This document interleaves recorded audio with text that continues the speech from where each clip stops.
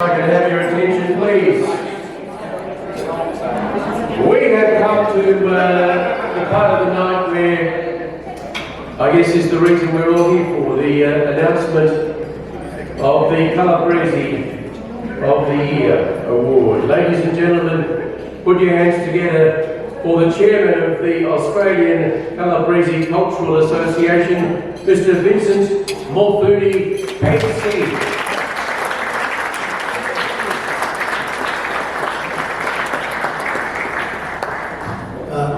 Thank you, Tony.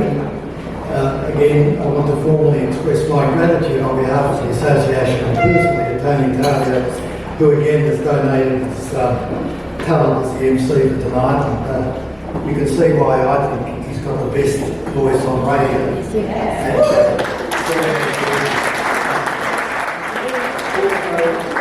I want to welcome and acknowledge, obviously, the Honourable Minister, William Crosby, who, in case you didn't know, Parliament is sitting today, and she's gone out of her way to attend. Thank you very much, and hopefully later she'll be able to say a few words to us. And again, in case you didn't know, Lily is of Calabrese heritage. I believe from around Lametia, her parents were, which is not too far from where some of us were come from also. And of course, I also want to acknowledge the two prior recipients of the award that Tony's mentioned, Professors Teresa DeFazio and Maria. Again, thank you very much.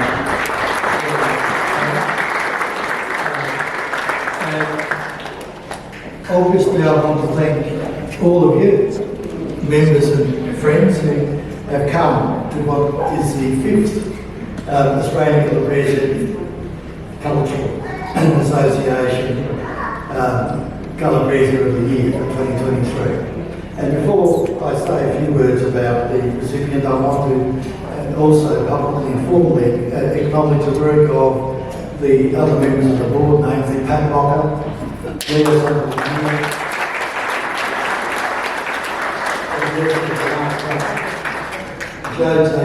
and Jim Stanier.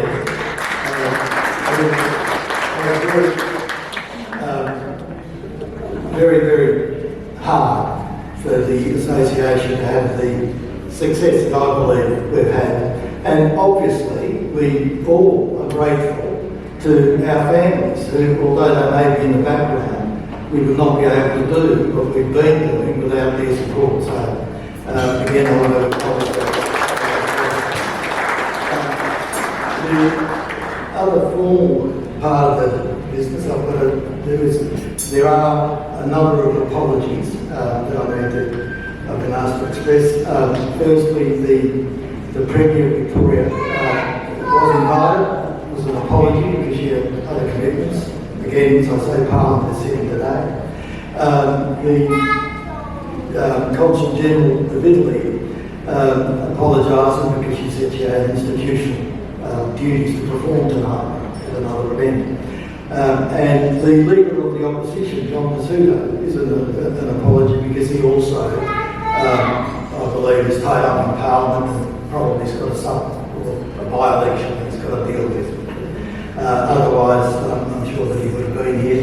And Nicola Gallet, who is the Deputy in the Italian Chamber representing Oceania, is not here because he's in Canberra on some other official business. But we're grateful that they've at least acknowledged their apologies, and we welcome them hopefully next year where they can participate. And now, of course, it's the time we've all been waiting for, the announcement of the Australian Calabrese of the Year. I've got to say, some years ago at a conference in Adelaide, the late Antonin Scalia, who was the main speaker at the conference, over a coffee said to me, look, you know, the length of introduction required of a speaker is inversely proportional to his fame, which means that obviously the more famous a person is, the less needs to be said.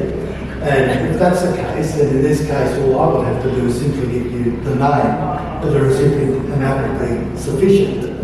I don't propose to do that because I don't get the opportunity too often of speaking publicly, and I want to avail myself of that opportunity. I think it's also important to tell you a little bit that I know, and obviously it's limited in terms of a biography, but I think it's important that I say a few things about Calabrese of the year for 2023. He, of course, given his age, was born in Australia. He was born in Sydney.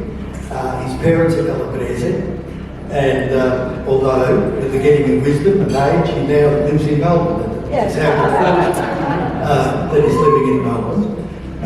And apparently, he was a shy child, I've learned, and clearly the ability and the capacity to tell jokes and his humour is part of the therapy that he undertook to get rid of that issue with shyness, because I'm sure that any of you who have seen him perform will attest to the fact that shyness is not a problem for him anymore.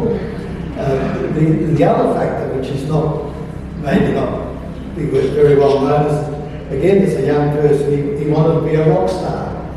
And he in fact learned the guitar and the piano, I understand, but not only that, he actually composes music and writes songs, and I know for a fact that he uses songs in his performances fairly regularly. But apparently his dad told him that he couldn't be a rock star, and then in fact he had to go to university, like all Calabrese parents. Education is important, and so he was told, before you can do anything else, you've got to get a degree. And he did. And he went to university and he studied food science, and like in most things he does, and this is one of the things I think that ought to be appreciated about him, is he did extremely well. I believe he was top of the class, or if not top, very close to it in his degree. And he then did honours, and then, unlike a lot of others, not Italians, but he didn't have a gap year. And in fact, he went straight to work after he got his degree, and he went to work for Streets. You might know that Streets is an ice cream manufacturing enterprise, and whilst there, he was responsible for, with the others in the team, for producing what became a very well-known item in the Streets ice cream industry, and that's the Magnum. And I'm sure that most of you would have had a Magnum at some point in your life. So he's responsible for that as well. But it's clear that he wasn't really satisfied with what he was doing in the science field. And at the same time when he was working, he was also working in entertainment. And indeed, eventually, he got a spot on, I think, the comedy shop. Comedy show, and the footy show. Yeah, comedy club. And he found that was more to his liking, and probably didn't tell his parents that he was doing that, because I'm not sure how they would have taken to it. But eventually, he decided that he'd rather do the comedy than continue in the food industry, although at a later in time, he actually did a TV show called Food Analysis, or where they actually analysed the ingredients in food, and so he used the science aspect in the field as well. And once he went full time, he became known as a so-called comedian, and I don't think that really does him justice, because it's not just comedy. I mean, You know, Bob Hope was a comic, and you know, other people made jokes for it being told. Anyone who's seen our winner will know that he goes well beyond that. And I would prefer to call him a humorist, because a humorist is someone who uses a premise in such a way that it makes us laugh, but also makes us think about current issues in society. And again, those of you that have seen any of his shows will know. For example, a very early piece where Il Dago 1 and Il Dago 2 deals with the connotations of that word. It's one of the things that's but what you may not know is that Il Dago 1 was actually awarded as the best comedy show in 2007 and 2008, and that our recipient was awarded as the most entertaining comedian of that year as well. And so that's why I say it's not just a comic, and in fact it is also being described as an ethnic comedian, which I think is nonsensical, because all humour, in my view, is ethnic. And to use another group, because I don't want to think all of you that are here, we've all heard Jewish jokes, and we've all heard about, you know, the problems with Jewish mothers, and one of my favourite Jewish jokes is actually concerned with that issue.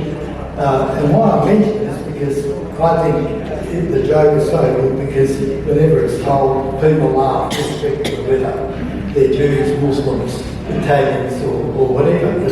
The story is that two mothers meet at the supermarket. One is apparently unhappy looking, and the friend says, "Look, Hannah, what's wrong?" And he says, "Oh, you know, my boy Herman, the GP sent him to a psychiatrist." And the friend says, "Well, that's all right, you know, what did the psychiatrist say?" Hannah starts crying, so the psychiatrist said he's got an Oedipus complex. And the friend says, "Well, Oedipus Schmiedipus, as long as he loves his mother and behaves well, he'll be all right."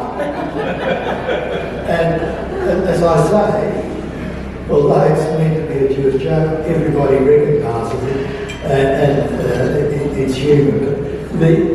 The other aspect of it is part of why I think it's important is that humour, in my view, is intended to be subversive and offensive, because otherwise there'd be no point in it. And I think one of the things that is regrettable at the present time is that there's been a lot of how shall I put it, political correctness implied, where people are now fearful to express views, and people so-called cancelled, whatever that means, if they say things that other people disagree with. And I mention that because you may or may not know, but our recipient will soon be commencing a tour, and I believe that one of the aspects of the talks that he indulges in will be that very fact, that, you know, people ought to be able to say what they want to say. And again, to use one of his own examples, which many of us may be familiar with, where he was asked, you know, "Oh, what do you think about racism?" And he says, "Well, you know, there was racism, but we just got on with it." And he said, "You know, there were no Italians in some of the more popular television shows, such as, for example, the Flintstones." And he says, "And there were no Asians in a show like the Jetsons." And he said, "Nor were there any Italians in Gilligan's Island." And he said, "But I'll tell you what, if there was an Italian on Gillian Side, there wouldn't be a show, because the first thing he would do is fix the hole in the boat and sail back to the land.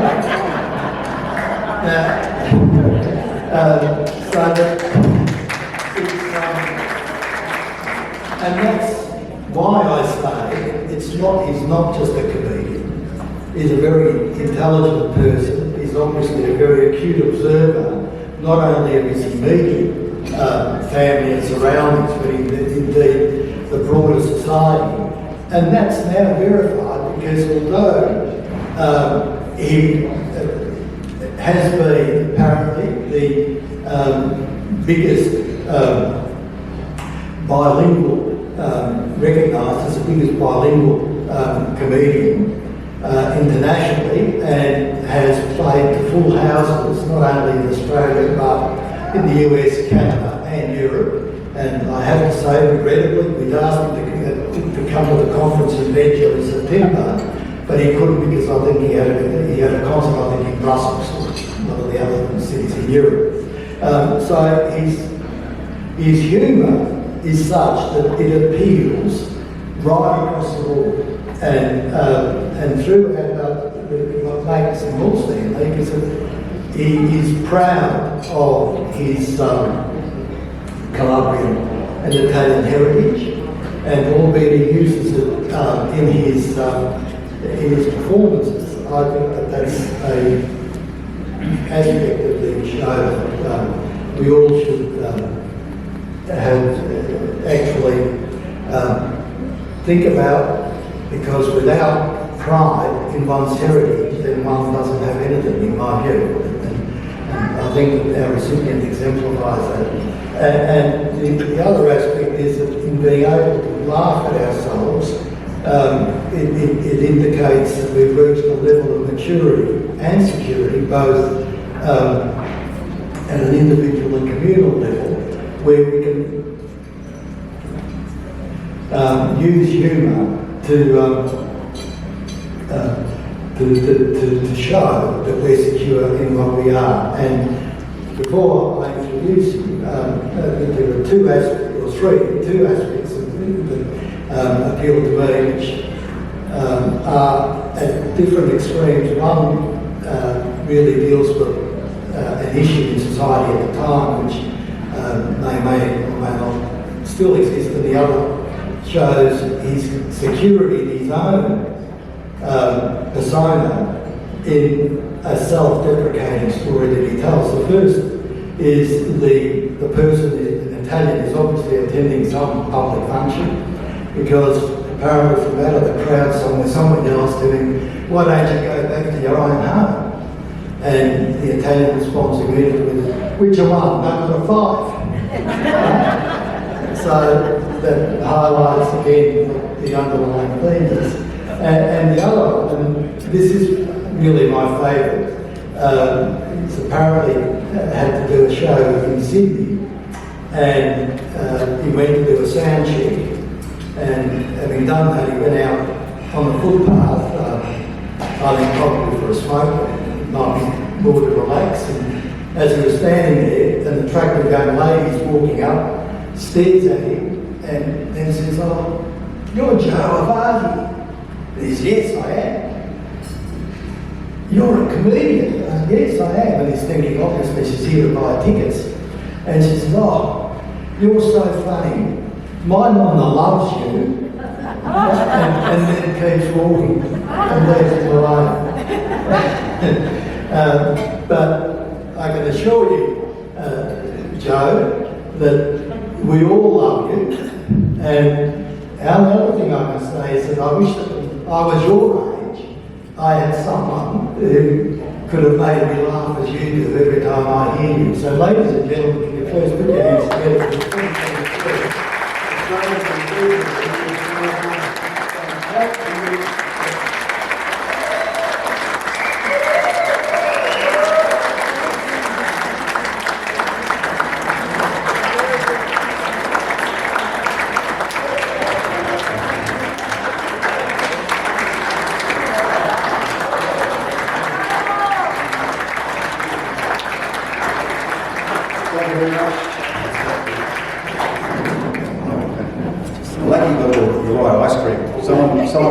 introduced, I made the gay time.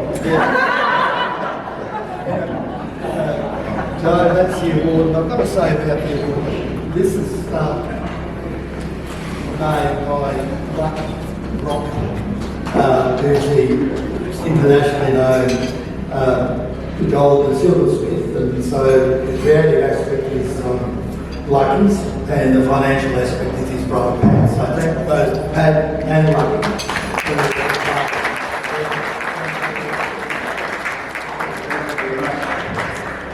Just got to put this down here. I've got a few notes. I don't normally believe it, but there's my son.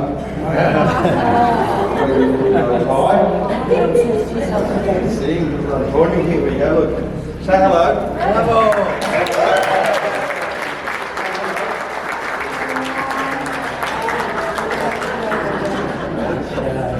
Okay. Daddy's got his hair, right? Right, so,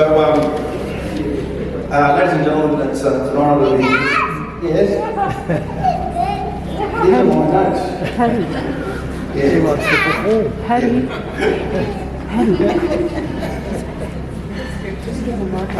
So it's an honour to be here, ladies and gentlemen, and I will give you all our distinguished guests as well. And I'd like to firstly acknowledge all of the previous winners, Anna Maria Rabia, Tony Rocasato, Professor Teresa de Fazio, and Professor Elizabeth Barberio. So give them a big round of applause. And I don't know if you know this, but Fortunato Rocca, who made the actual award as a Calabrese descent, also handmade the Melbourne Cup for 35 years. I'm not sure if it's an amazing feat in itself. And of course, I'd like to thank the Australian Calabrese Cultural Association for giving me the award. It's interesting, when I told some of my close friends, I didn't tell everybody that I won of them, they kind of made fun of me. They said, what do you mean? What do you do to win the Calabrese of the year?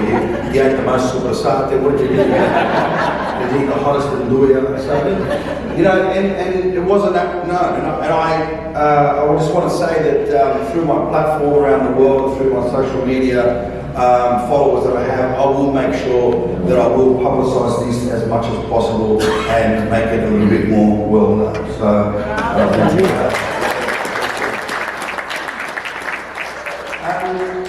To understand my relationship with Calabria, we need to take a trip down memory lane. We need to understand the relationship that I have with my family. And let's start with, well, my dad came from Reggio Calabria. In 1970 he came to Australia. Soon after I married my mum. My mum was born in Australia. Her parents are also from Reggio Calabria. And my nonni have been here so long that they actually met and married in Australia. So my nonna came in 1949, my mum in 1951, and they met and married. They got married in 1952. Mum was born in 1953. And so my mum and dad were here and they met and they got married in October 1973. And because of that, all of my dad's family came over. His 4 sisters, his 2 brothers, some of them were married, my nonna, extended family. So now, before I tell you where I was born, then I just want to see if the Aussies in the room, if you can figure it out. It's a little equation. So the only 2 clues I'm going to give you is that, so I'm the eldest of the family, and Mum and Dad got married in October 1973. So when was I born? 74. Okay. It's a little equation for the Aussies just to know. If you want to know how long an ethnic couple have been married, you get the eldest child, add 1 year. It's kind of blessing maths. You never heard parents of our generation, you never really heard them saying, oh, before children we might do some travelling. There was no travelling in Australia. So, I was born in 1974, ladies and gentlemen, and I grew up in the arms of a whole family of people who did not speak English. They only spoke Calabrese. And whilst I'm a proud Australian, I'm also a proud Calabrian, and I am essentially the product of Calabria 1973. That is right, because that's when all my side of the family, my dad's side of the family came. And so essentially I spoke Calabrese before I learned to speak English. Now, I have to thank my grandparents for a lot of my career, especially my early routines. They taught me so much. And in particular, they contributed to a lot of my routines. You know, some of my nonning, one of my nonnas, she was the one who kept the olives in the butter container, which was, you know, as a kid, you'd go and get a nice bit of bread and butter and you would destroy it. But I think the biggest one, which we probably all went through, if you remember on a nice hot Australian summer day, you'd come running inside to raid the freezer for ice cream. You'd open up the tub and it was sauce. Or beans. And it was always in the Neapolitan tub. So that was, you know, that was destroyed. And my other nonna, she was the one who, and can I take the liberty to speak a little bit of Calabrese? Yes? I'm sorry if those who don't understand. My nonna, she was the one who sent me out into the shed to get her dupadati.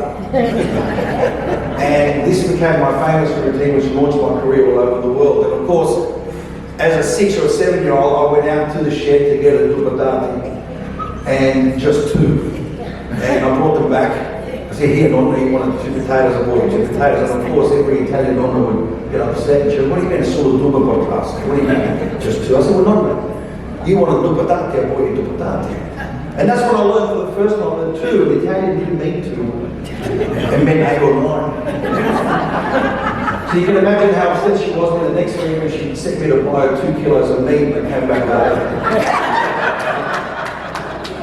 And that's a true story, and that formed one of the first routines that I ever did, which launched my career not only around Australia, which launched my career around the world.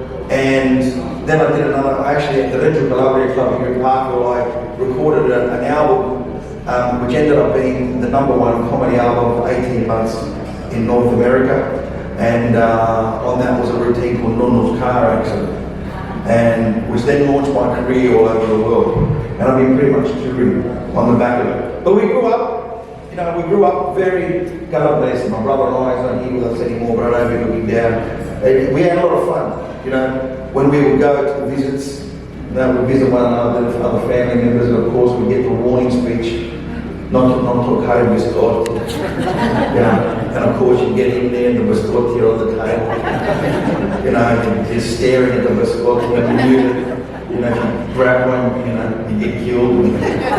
And of course the signora who owned the house will try and tend you and lead it on biscotti, you know, and we grab the tray and put them right on your nose, and in their best Umari voice, you like no biscotti, and of course we couldn't have one. You know, but then your mum would always turn around and go, have an biscotti. And you know, that was another classic routine. You know, and then, you know, of course, we would get together with all of our cousins. We had a lot of cousins, and we would have a lot of visitors, and we'd have the Bulmari visiting, and of course they would tell us, "Ben a Bulmari, non ci portare l'occhio storto."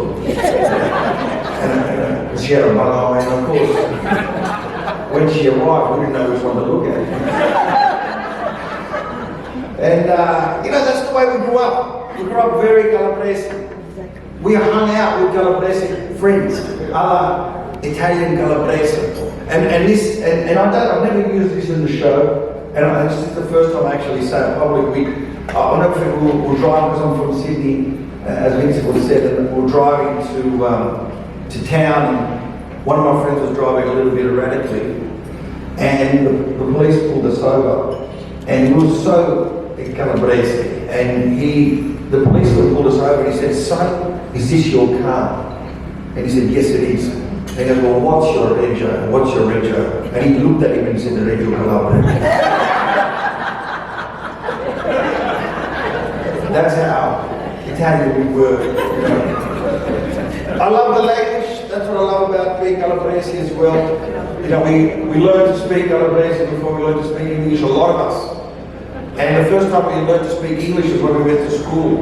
But we had all these sayings ingrained in our head, and often times we would wonder and we would think, the things that we learned in Calabrese, you can't say them in English to anybody, because they don't mean anything to anybody, you know. And I use it in the show, when you know, when your mum would say, "When they give me the mangianica," You can't say, mate, I hope the dogs eat you. Doesn't work, you know. That had something to do with breaking your head in a horn. Give it this Wagyu's handle, that's a good word. I hope your blood melts. Give it this Japu vehicle. I hope your liver explodes. And I know I'm going to get in trouble for this one, but I'm going to say it anyway. I was in Los Angeles in June, it was Gay Pride Month, and I made the mistake of someone saying this on a better car at the front door all day. And I got in a lot of trouble for that. Was I allowed to say that, Vincent, or I just did? Well, you inspired me, Vincent, because you said there's no comedy meant to offend. Well, it's about political correctness, really, ladies and gentlemen. I think political correctness has got out of control. And I think political correctness in comedy is like having an occupational health and safety officer at the boxing. There's no point, really. But my favourite word, before I move on, my favourite Calabrese word, ladies and gentlemen, is the word for blowing out a candle. I love that one, hushia. But I would never spell it.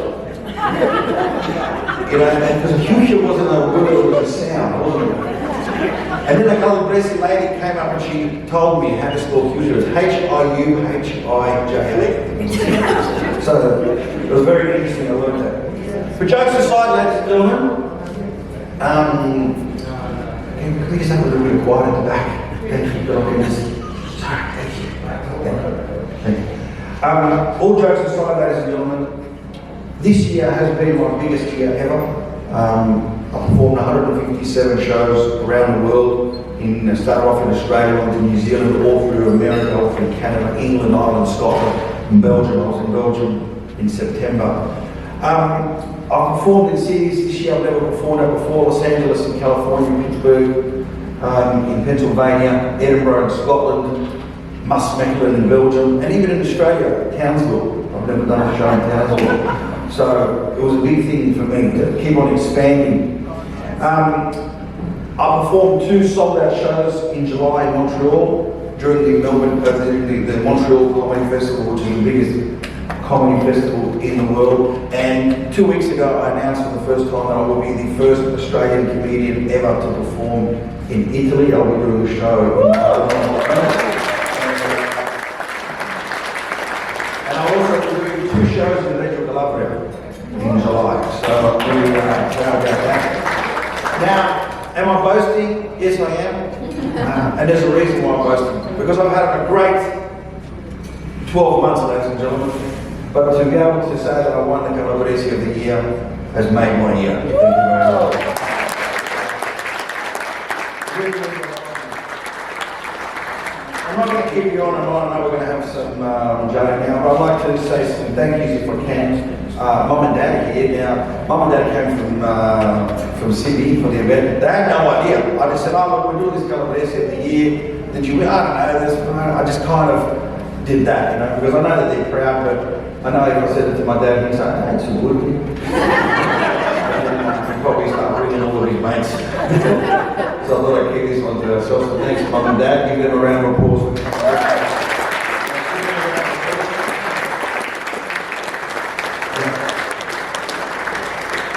As you can tell, I don't get my hair from my dad. He's the Calabrese George Clooney, we call him. I'd like to thank my in-laws are here as well. We all live together. We live in a nice big home. In here we all live together. My mother-in-law is Calabrese. She's from Catalonia. And so we're all very Calabrese. My father-in-law has become very Calabrese. My father-in-law was Polish. He's become very Calabrese as well. His favourite Calabrese saying is, "Kiss is too stupid to the lagua salata." That's his favourite. So he'll actually tell you, he can say it very, very well. So it's not, we have a big, you know, we have a big influence of Calabrese still in our family and everyday life. And I apologise to my mother-in-law, but sometimes she's the subject or the content of some of my jokes. We had a great one during COVID. I would say I had a big fight with my mother-in-law. People go, really? He said, yeah, now I'm social distancing. Because of social distancing. So people enjoyed that. So thank you very much. My wife and my son here, I'm not sure where they are. There's my wife, she's looking after little Antonio. And I'd like to thank them very, very much because we are away. The last stint was 4 months. They came for 2.5 of those months, but you know, it's not easy to have your dad on the road and your husband on the road, so I thank them very, very much for putting up with me and everything that goes with the touring life. My son's 2.5, and we try and instill in him some Calabrese. We try and speak to him as much as possible Calabrese, and just so he can hear it, and he knows it. But I'm just worried. Because he starts school next year, I just know what's going to happen. I just know that the teacher's going to ring me up and say, it's nice that your son's bilingual, well, what does a ribambito mean? For sure he's going to pick up some words. I've got a couple of friends of mine here, Mr. Dominic Arpa, who's filming here. Dominic is my tour manager, who puts on all the tours around Australia. He's also a Calabrese, and I've also got a very close friend of mine, Mr. Reno Pietro. Reno was my merchandise manager for a very, very long time, and very close friend and personal assistant, so I thank them very much. Reno was a Sicilian background, and he was worried he was going to be the only Sicilian here, but that's okay, Reno. We've got a couple of other Sicilians. Which brings me on to my last point, ladies and gentlemen. So, there's a lot of rivalries in the Italian life, the northerners and the southerners, but I think the biggest rivalry is that of the Calabrese and the Sicilians. Right? Am I right in saying that? Yeah. And invariably, every time I do a show, I would always ask the audience, where are people from?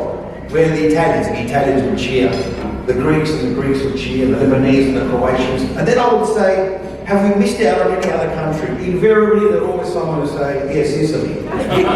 Right? So I'm going to leave you with this, because I know there's always a Sicilian and Calabrese rivalry. When one of your Sicilian friends gives you a bit of a go for being Calabrese, just remind them that the first Sicilian was actually a Calabrese guy who would swim really well. Okay?